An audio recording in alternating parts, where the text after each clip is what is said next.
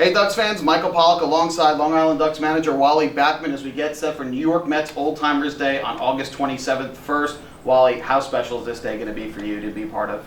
Well, it says that I'm old, but it is going to be a special day. You know, we're going to get to see everybody, guys that we played with, other guys that played in the organization as well, and I think it's a nice gesture for them to do this. What did it mean for you to have New York Mets owner Steve Cohen give you the call, ask you to be part of a special day like this? Well, excited. You know, it really shows that he cares about a team that he's just purchased and what he's trying to do for the people in New York. And to bring us all back the way he's bringing us back, I think it's going to be exciting for us.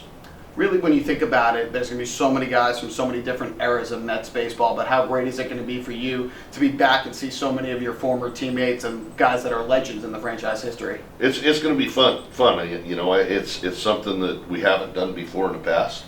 You know, we've had some get-togethers where we've done some autograph shows and things like that, but I think to be at Citi Field the way that we're going to be at Citi Field is going to be a fun time. I know it's not quite the same since you used to play in Shea Stadium. Now it's obviously a different ballpark in Citi Field, but every time you've gone there since your playing days, do you still kind of get that same feeling back when you walk out onto the field? Oh, absolutely. You know, it's a different feeling that a lot of people don't ever have a chance to do, and to be able to go back there and be in front of the fans the way that we're going to be in front of the fans, I think everybody's going to be very excited about it. Of course, we talk about all those Mets legends, but there are so many from that 1986 World Series championship team. Just talk about how close-knit that team was and who some of the guys were on that team that you were particularly close with. Well, I was pretty close with just about all of them. You know, we used to, back in the 80s, we'd go out in groups. You know, it wasn't just one or two guys going out to have dinner or whatever, have a cocktail or a drink or whatever it might have been. It was groups of guys going out. It was a very close team,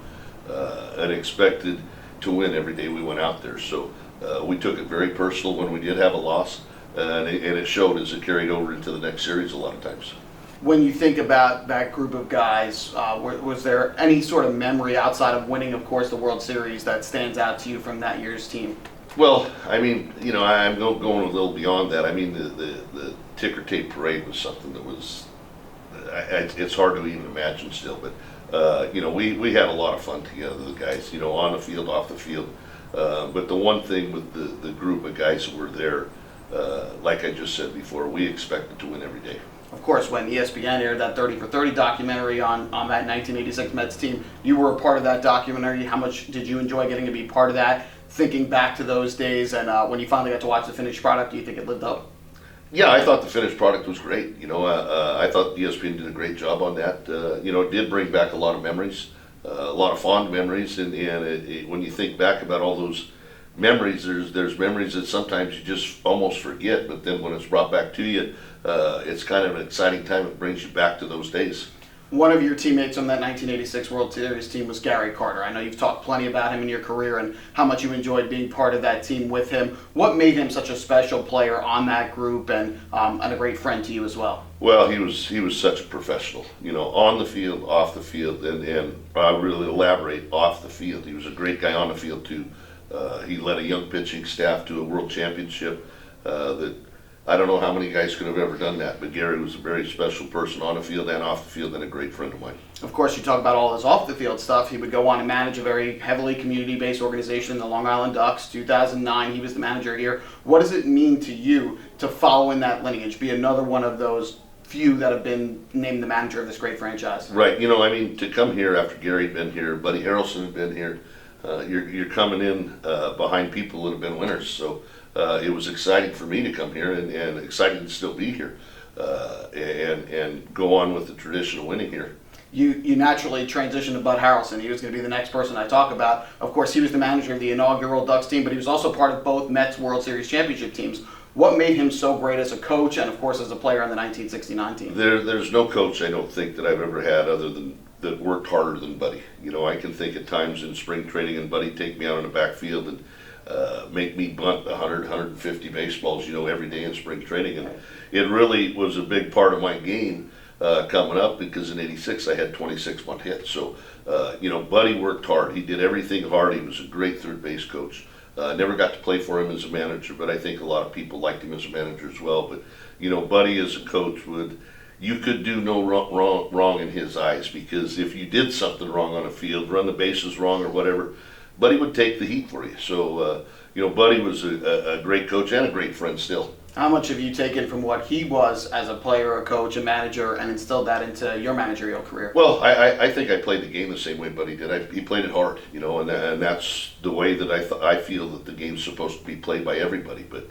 unfortunately, some guys don't play as hard as others, and some players look like they're playing harder than others. But the way that Buddy coached third base, I've learned some things from that, because I thought he was a great third base coach. So further in my career, when I had to coach third base, you learn from a little bit of everybody. But Buddy was one of the guys that I learned a lot from in the game, and he's a very special person.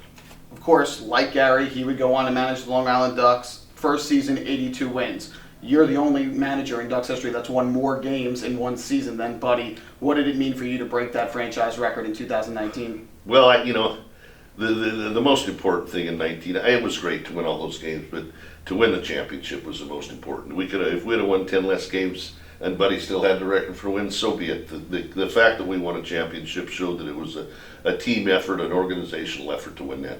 And when you have been able to interact with him here at the ballpark, and I was here in 2019 for the 20th anniversary celebration, how special have those interactions been for you? They were special. It's fun to be able to reminisce with somebody that you've been around in the game of baseball and you won a championship with. And those are the things that in 19 especially, that Buddy and I were able to do.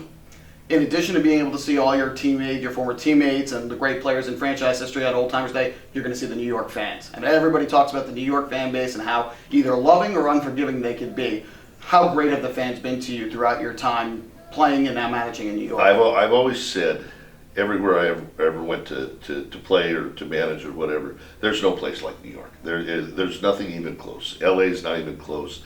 You're right, the fans can be tough on you. They've been tough on me before, but they get the most out of you here in New York. And I think you get the most out of the players when they play in New York. And there's also players that just can't handle New York. But I love New York more than anything. I know when I got traded to Minnesota, I really felt like I was going back to the minor leagues after being in New York all those years. Have you thought about what the reaction of the crowd at Citi Field is going to be when they introduce you and call you out from the field or the dugout to be introduced to the crowd at Old Timers Day? I think it's going to be special. I think there'll be a lot of cheers and things like that. We've done some different things there at Citi Field, but to go out on the field the way I think that we're going to go out on the field, the fans have always showed throughout the years, after those years, how special they felt that we were in 1986. There won't be, there are a few days that you're not managing this Long Island Ducks team, but of course that'll be one of them. Ducks will be at home taking on the Dirty Birds, so Lou Ford is going to step in your place. Talk about the trust you have in Lou to manage this team. Lou and I have been together for the last 3 years, and I feel that, someday Lou is the one that's going to take over this club. And I've tried to teach Lou everything that I know, and I think he's going to do a fine job for that, for 1 or 2 games, whatever it's going to be. I have no worries at all with Lou out there. Does it ever faze you or surprise you at any point what he can still do, both from a coaching aspect but also from a player aspect at the age of 46? The player side surprises me. Just the other day he hit 2 home runs, So at 46 years old, Lou still has the desire to play. He definitely has the desire to coach. He works hard as a coach. He works hard to try to keep himself in shape so he can play, but the coaching part is a big part of it for Lou here, and to be able to go out and play these last 3 years that we've been together makes Lou Ford a special guy. Well, of course, when you were playing with the New York Mets back in the 80s, I'm sure you never envisioned being part of the Atlantic League, because at the time the Atlantic League didn't even exist. The Ducks didn't even exist. But how grateful are you that your career has taken you from what you did with the New York Mets to stay here in New York and manage the Long Island Ducks? To be in New York, on Long Island, to manage the Ducks is special. Just like playing in New York was special to me.